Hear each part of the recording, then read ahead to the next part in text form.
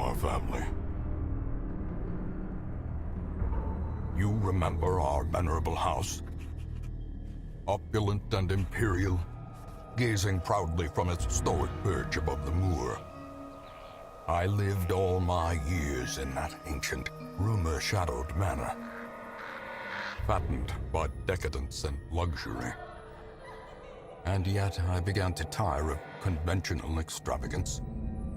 Singular, unsettling tales suggested the mansion itself was a gateway to some fabulous and unnameable power.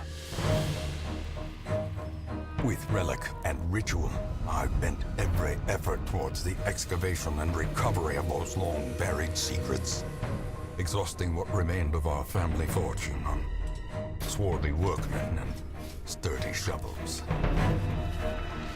At last, in the salt-soaked crags beneath the lowest foundations, we unearthed that damnable portal of antediluvian evil.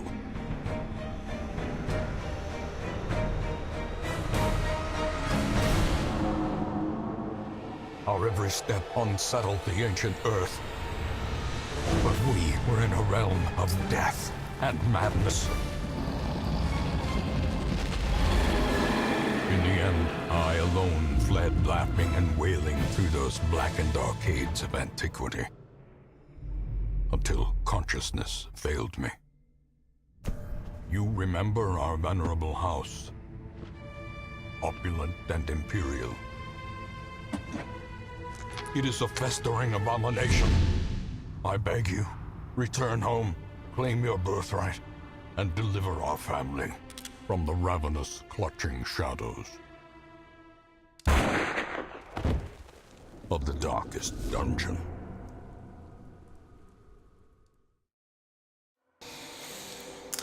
Damn. What's up, guys? Hoonbear here, and I got a little bit of a review for you on this game that I have recently acquired and started playing called Darkest Dungeon. Now, basically what this game is, it's a turn-based RPG strategy, resource management kind of thing. And I'll explain more of the mechanics once we get in, but basically you run this town. You run this town called the Hamlet, and you have to upgrade different parts, different aspects of the town by going into the dungeon with a party of heroes and collecting loot, getting resources and things to upgrade different parts of the Hamlet, which in turn helps you get further into the game. It's just a cycle. Oh, this is the intro sequence.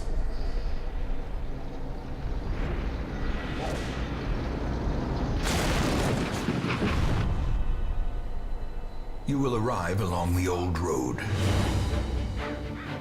It winds with a troubling, serpent-like suggestion through the corrupted countryside,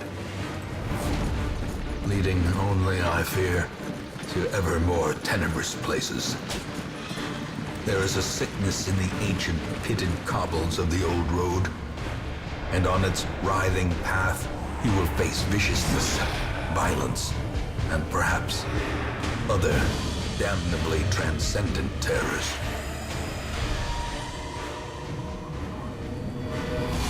So steel yourself, and remember there can be no bravery without madness. The old road will take you to hell, but in that gaping abyss, we will find our redemption. Damn. So yeah, the narrator of this game is, holy crap, he's so good.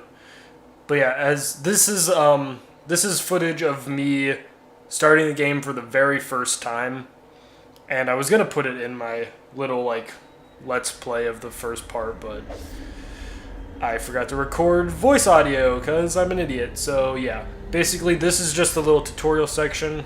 As you can see, this is the format for what the dungeons will be like. You have rooms connected by little hallways, and each of those little squares are locations in the hallway where certain things can be. You can have a monster encounter. There can be little curios that you can interact with using different resources that you have to make certain things happen. There's all kinds of stuff. So basically what you have here is you see you have run up these right now I have a lanes. party. Keep to the side path. The hamlet is just ahead. I don't like talking while he talks because he's awesome. Right now I have a party of 2 people. I have a crusader who is like a holy warrior knight, and then a highwayman who is like a rogue kind of dude. And as you can see, Dispatch this there's in positioning. fashion, that all may hear of your arrival. Now, positioning is a very important mechanic in this game. For any given battle, you can have 4 characters on each side of the map. So you can have 4 people in your party, and there can be 4 enemies. Now, as you see there, the yellow dots are the positions in your party that the character has to be in order to be able to use that move. So, for example, Open Vein, if I was in the very back or the 4th position, I wouldn't be able to use that move with this character. And you also saw the red dots. Those are the positions that the move can hit a certain enemy. So, for example, Smite can only hit people in the first 2 As the fiend falls, positions. a faint hope blossoms. So a lot of the strategy of this game is building parties that have move sets that are able to cover the entire range of positions for the enemy. Because if you have like weak points, then certain parts of the enemy's lineup are gonna take longer to kill because Are often you low won't on be able to get supplies. them with all your moves. And as you saw right there, that was one of the curios. If you interact with certain things, you get, as you saw, I got some loot. So yeah, that's basically the positioning system, and there's An ambush. Send these a lot of men a message. stuff, like The different rightful things, owner like has returned, and the, their kind that big is guy, no the longer Bloodletter, welcome. he takes up 2 positions.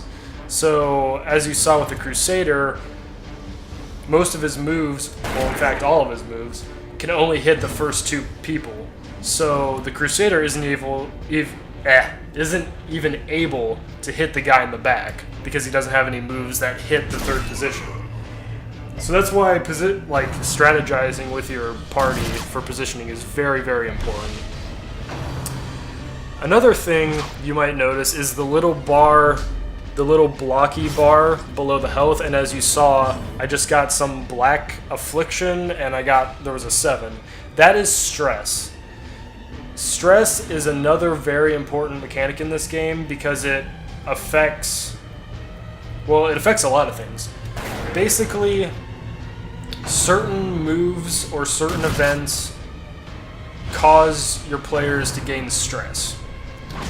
And at certain thresholds, it can do different things. Like, once you hit 100 stress, the character's will is tested, and they will either be afflicted with some kind of quirk that is like some negative quirk that causes them to distribute stress to the rest of the party, and it becomes a whole shit show, or they could become I forget it.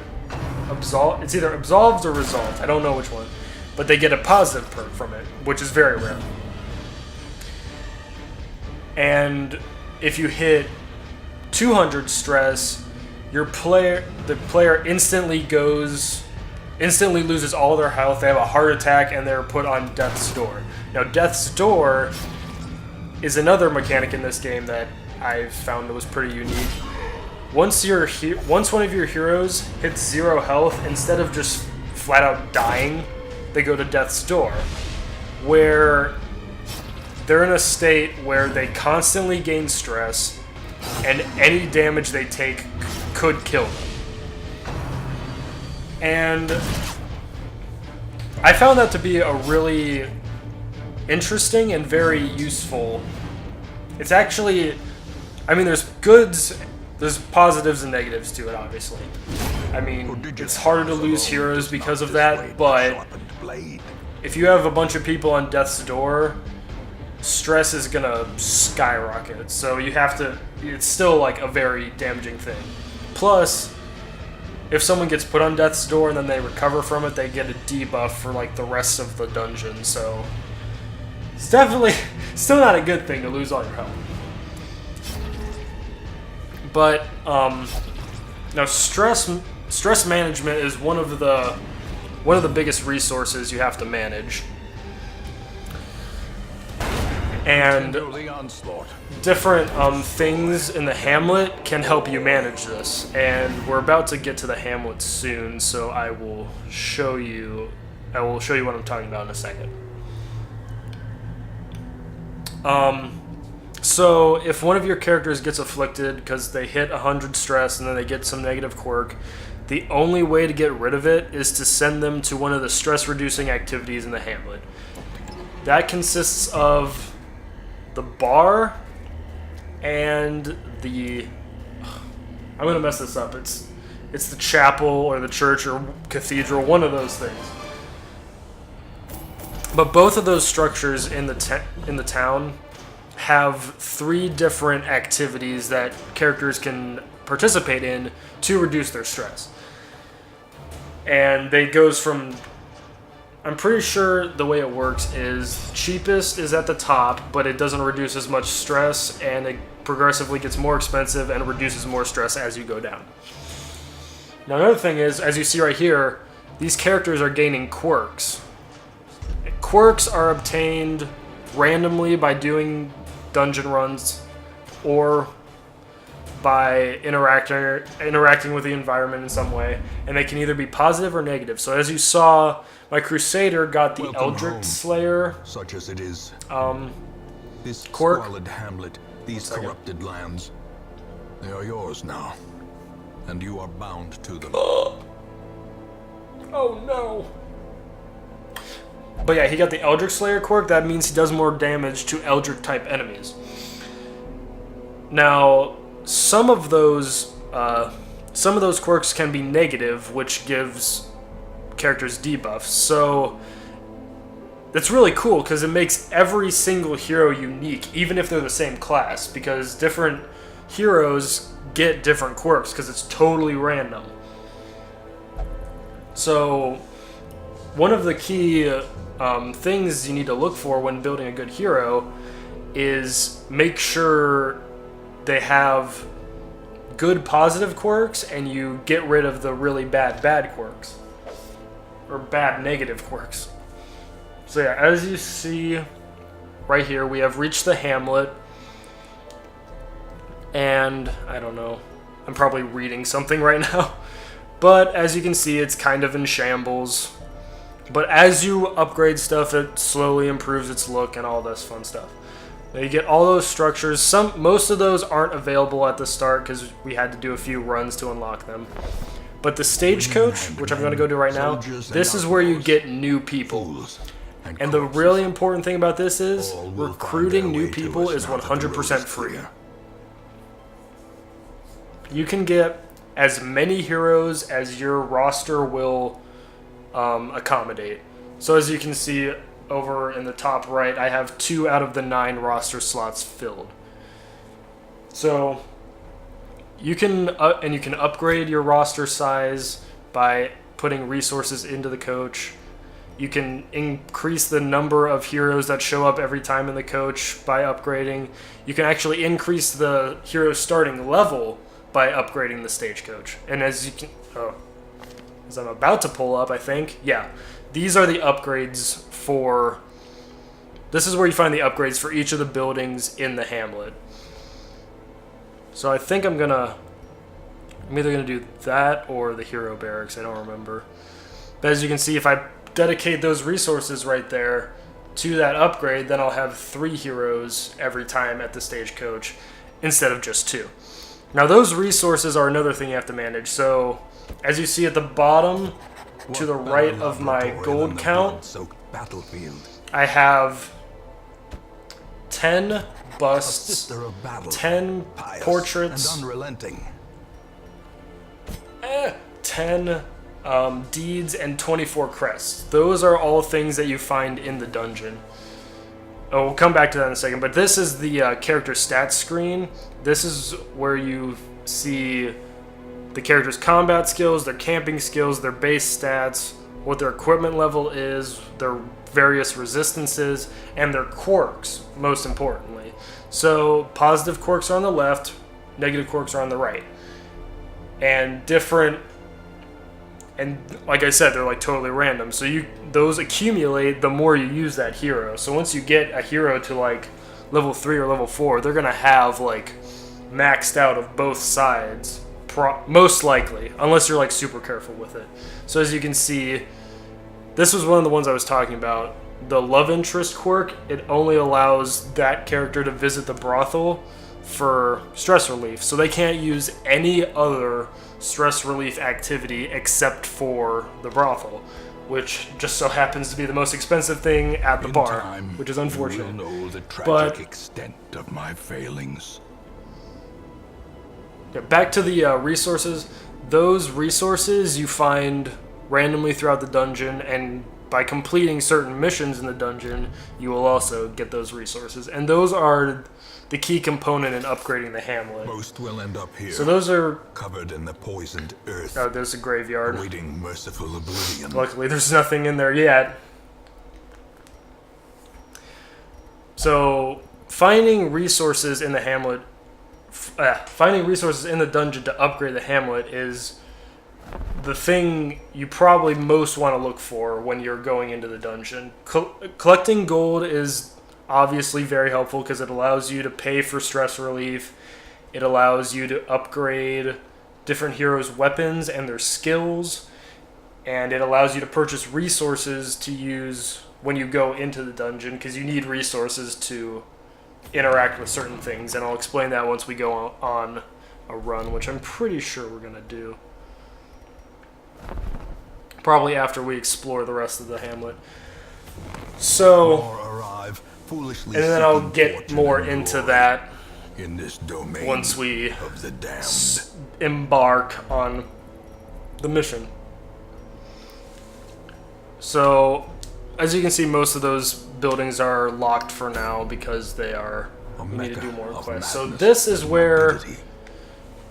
your work begins. I wish the narrator would stop talking. This is where you explore all of the dungeons in the game. So, the game consists of 4 different areas. You have the ruins, the warrens, the weald, and the cove. Each of those locations features a different set of enemies and different curios you can interact with.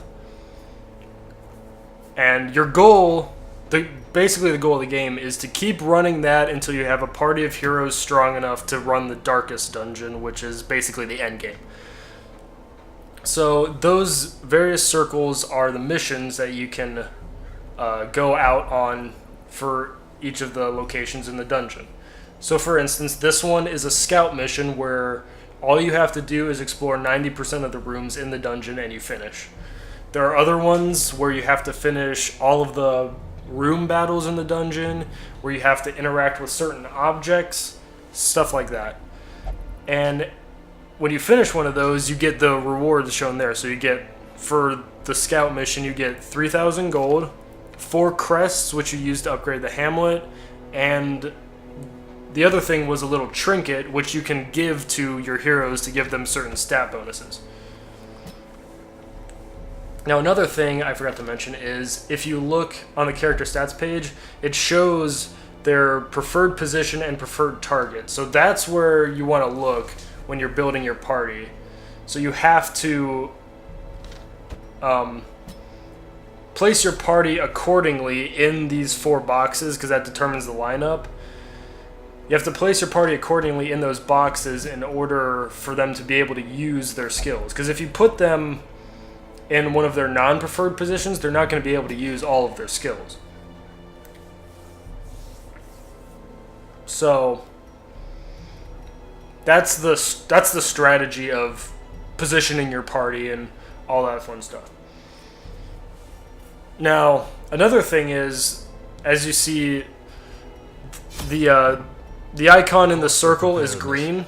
That means it's a apprentice level mission, which means it's more suited for the lower level heroes. And as you level your heroes up, you're gonna unlock increasingly more higher level missions. And another thing is, as you get those higher level missions and you get those higher level characters, your higher level characters won't even be willing to participate on lower level missions because it won't even be worth their time. So, for example, once you get a hero to level 3, they're considered a veteran, and they will no longer go on apprentice level missions. Now here is where I'm provisioning for the dungeon run. So you have all these supplies here that you have to pay money to get, and each of those various objects can do certain things. They interact with certain curio, or they can help cure status effects or give you buffs. Now probably the most important of those resources is food and torches. As you are running through the dungeon, the longer you run, your heroes will start to become hungry. And then you have to feed the whole party food, or else they lose a bunch of health and they get a huge stress debuff. And food can also be used to heal yourself. It's also used on the longer missions when you have a campsite to feed your characters while you're camping. And torches are the other important thing. So as you see at the very top of the screen, now that we're in the dungeon, you have that yellow bar that is slowly decreasing inwards towards the torch. That is the light level. The light level goes from 100 at maximum to 0 at minimum. And depending on the light level, it can affect different things in the dungeon. So, I think the threshold is 100 to 75, 75 to 50, 50 to 25, and 25 to 0. So for example, at 100 to 75, you have Radiant Light, which increases the chance of you surprising the enemy team, which allows your whole party to take all their actions first. And I believe... and it reduces the chance of your party getting surprised. Now, as that light level decreases, your chance of getting surprised is much more, but two other things happen. Well, your chance of getting surprised increases, and the enemy's accuracy and damage increases. So the lower the light level, the harder it's going to be to fight enemies. But you also get rewarded for taking these risks. So at lower light levels, your party gains a higher percent crit chance, and it also increases the number of loot they find. So, for example, I got 200 gold for killing those 2 skeletons. If I had, say, like 36 light level, I could have gotten like 500 or even more. Otherworldly corruption. So it's a risk-reward thing. I've been trying to keep my light level as high as possible because I don't want to take the risk, and I always get plenty of loot anyway, so I didn't really find it useful to like put my heroes at risk. But as you see, it's explaining the mechanic right there. And stress also builds up when the light level is very low. So light management is probably the most important thing you need to keep track of when you're running a dungeon run. And depending on the length, basically what it does is it limits the amount of time you can spend in the dungeon. So you you don't want to go to every single room and explore everything because you're not going to have enough torches to do it. Excuse me. You're not going to have enough torches to go to every single room in the dungeon and get every piece of loot. And the other limiting factor to that is stress. The longer you're in the dungeon, the more stress your heroes are going to accumulate, so you can't stay in there forever, or else they're going to build up way too much stress. So, the ideal thing you want to do when you're running a dungeon is complete the objective as fast as possible, while still, and by traversing the least number of different hallways as possible. That mitigates the risk for you losing heroes, and it makes the dungeon runs go a lot quicker. Now, for the higher level, once you start getting higher level heroes and you have heroes with good stats and you think they can handle it, then sure, exploration can be something you want to do, and it should be encouraged because you get more stuff from it. But it's just a balance of risk reward. How much you're willing to risk your heroes' lives to get more loot, or how much you want to keep them safe to reduce the amount of loot you get, which will require you to go through the dungeon again to get more. Continue the onslaught. So it's this delicate balance of needing more loot, obviously, to upgrade the hamlet so you can make your heroes better, increase their stats, make them stronger, and eventually get them to be able to go into the darkest dungeon while not risking their lives. Because when you lose a hero in this game, they're dead for good. You can't get them back.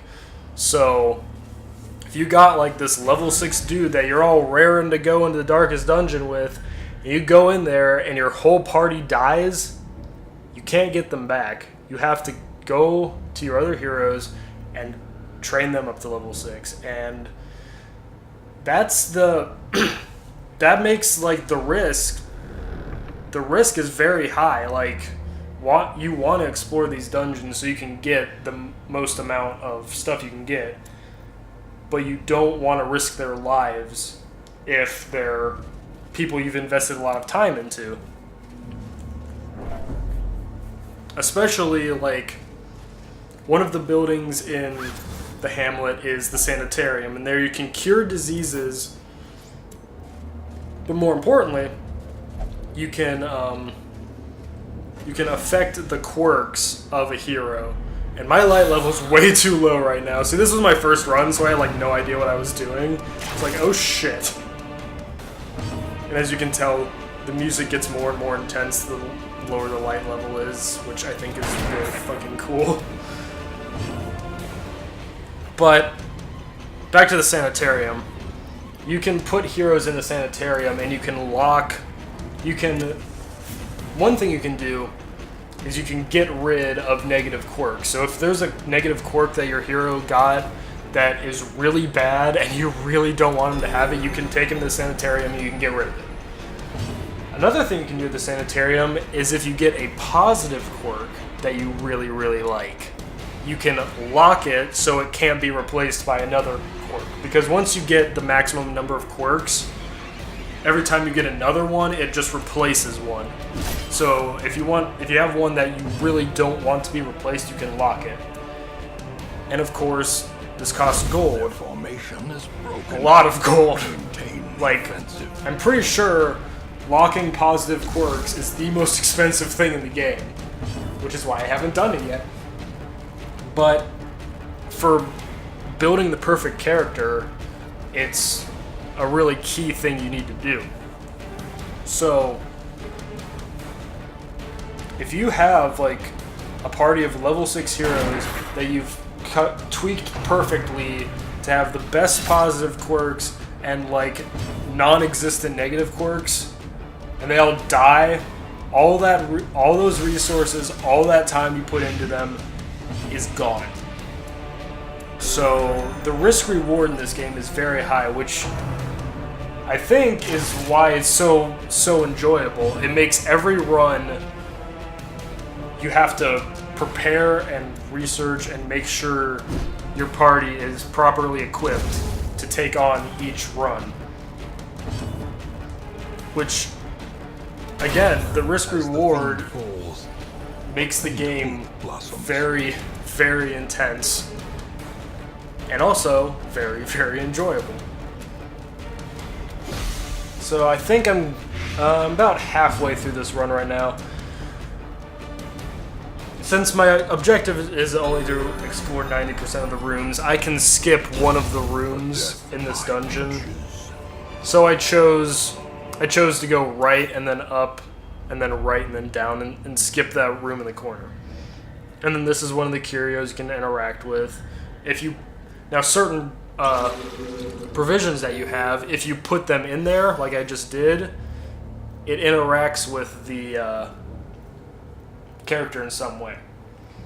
So another big thing with preparation is knowing which curios are in each of the different locations and which provisions you need to interact with those curios properly.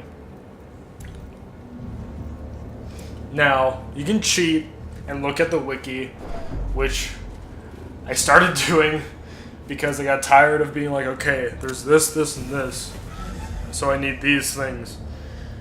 But, like, for the beginning, you obviously want to, like, learn just to get the full experience, you know?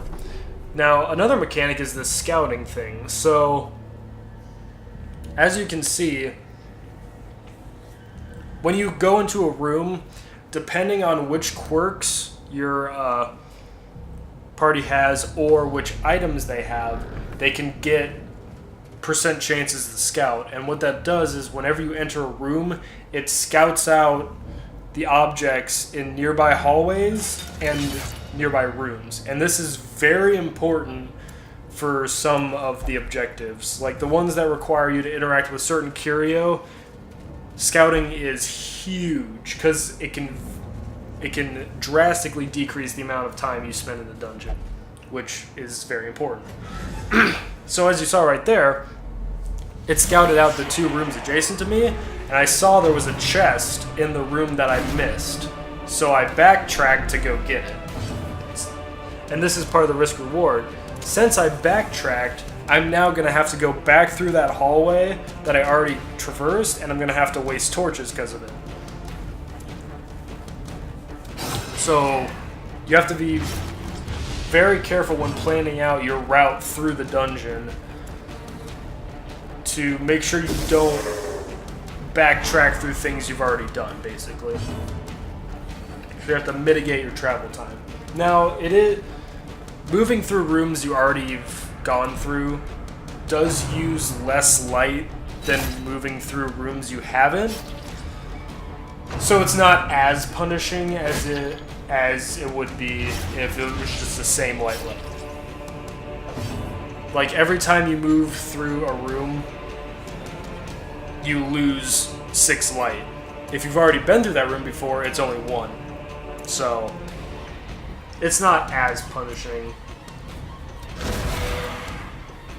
Now, another thing, obviously, there's status effects like bleeds and stuns, all the traditional RPG stuff like that.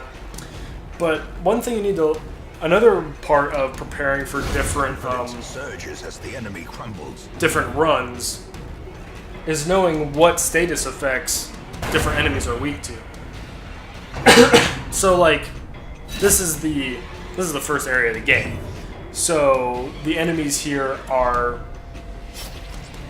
mostly weak to both bleed and blight, which is poison. Except for the skeleton dudes have very high bleed resist. As you see, if you saw that when I mouse over the dude, his bleed resistance is 200, so it's pretty much impossible to get him to bleed. But he's weak to blight. And that's very important for preparing for different runs, because certain characters have skills that affect enemies with blight or bleed. And depending on which place you're going will help dictate which characters you want to take based on their moveset. That's another very important aspect of strategy in this game. So, what do I think of the game? I think, as far as turn-based RPGs are concerned, this is probably the best one Merely a trick of the light. I've played in like a long time. Wealth This beyond game, measure, awarded to the brave and the full art, of I hard light. really love the art direction of this game. The narration is fantastic. All the different resource management makes it very intricate. The exploring, wanting to go get more resources so you can upgrade more things, so you can go into the deeper parts of the dungeon. It's so like, I don't know, it's not invigorating. It makes you, the game makes you want to play it more, and it makes you want to take more risks so you can increase your capacity as your hamlet grows and as your team grows, so you can delve deeper into the dungeon. I've put about 24 hours into this game so far. I would say I'm approximately at the midpoint of the game. I'm about mid-game right now. I'm starting to get people into the higher levels. I have not explored the darkest dungeon yet. There are still a lot of bosses I need to take on. That was another mechanic I forgot to explain. As you complete missions in each dungeon, it slowly increases the progress in that area until you unlock the boss mission, where you can go take on a boss. And those boss missions give you a lot more loot and very unique upgrades for your characters. And basically, those are like the objectives. You want to fight all the bosses so you can level up your characters, get good gear, and all that fun stuff. Right now, I've taken on about half the bosses. Maybe not half. About a third of the bosses in the game. I have not gotten the darkest dungeon yet.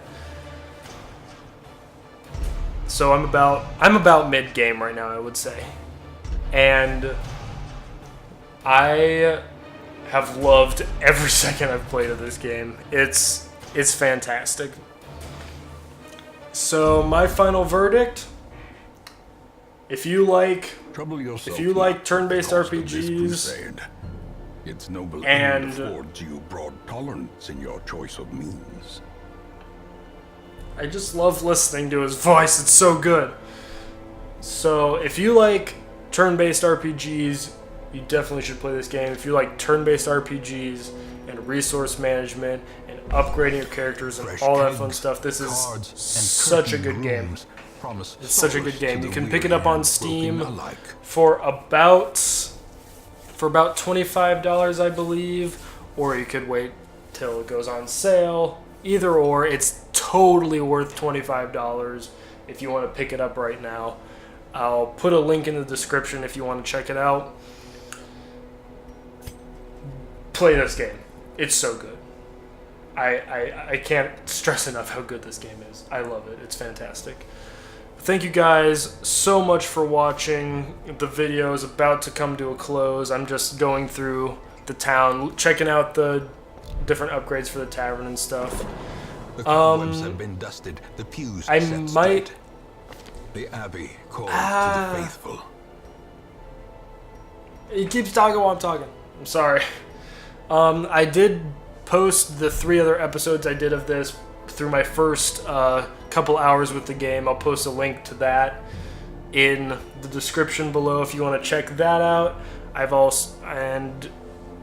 I'll put some links at the end of the video to check out some other things that I've done if you're interested in that.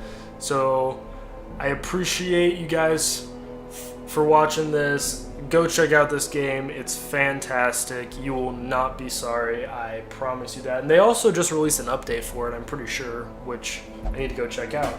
I haven't played this game since they put out the update, so I need to go check that out. So anyway, thank you guys so much for watching, and I'll catch you guys next time. Peace.